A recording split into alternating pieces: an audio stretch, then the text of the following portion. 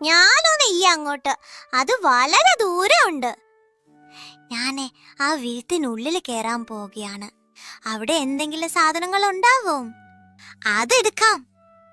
അയ്യോ, മോഷ്ടിക്കാലോ?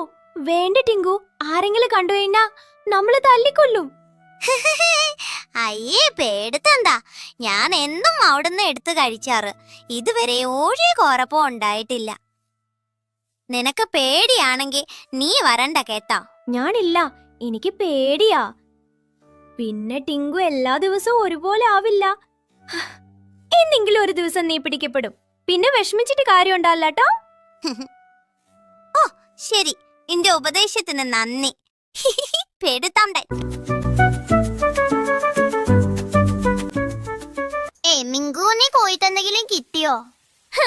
ആ കുറച്ച് കപ്പ കിട്ടി. നീ എന്തെങ്കിലും കഴിച്ചോ?